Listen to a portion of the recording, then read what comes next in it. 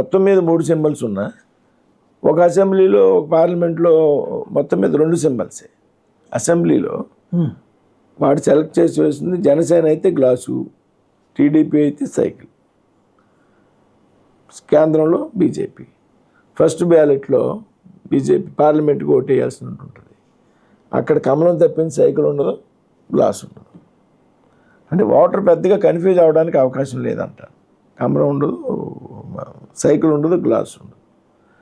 అలాగే అన్ని చోట్ల పార్లమెంట్కి కమలం కామన్, గ్లాస్ ఉన్న చోట సైకిల్ ఉండదు, సైకిల్ ఉన్న చోట గ్లాస్ ఉండదు. కాబట్టి అసెంబ్లీలో ఒకే చోట సైకిల్ గ్లాస్ ఉంటే కన్ఫ్యూజన్ కమలం.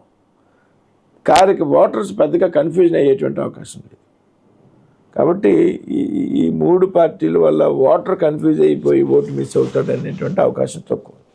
ఒక రహస్యం చెప్పండి.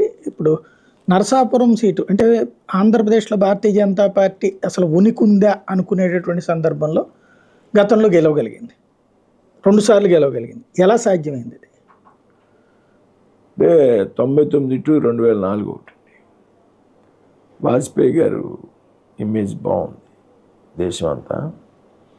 98 to 99 ఆయన పాలన చూశాక అప్పుడు 13 నెలల ప్రభుత్వం పడిపోయింది. పొత్తులు లేకుండానే మనం 98లో 4 సీట్లు నెగ్గాం. సో మళ్ళీ తెలుగుదేశం పార్టీ పొత్తు కుదుర్చుకుంది. 99లో 18% ఓటింగ్ వచ్చింది. 98 అప్పుడు ఎట్లా వచ్చింది నరసాపురం? 98 తర్వాత 99 ఎన్నికలు. 98లో ఎలా అప్పుడు ఎట్లా ఉంది భారతీయ జనతా పార్టీ పరిస్థితి నరసాపురంలో?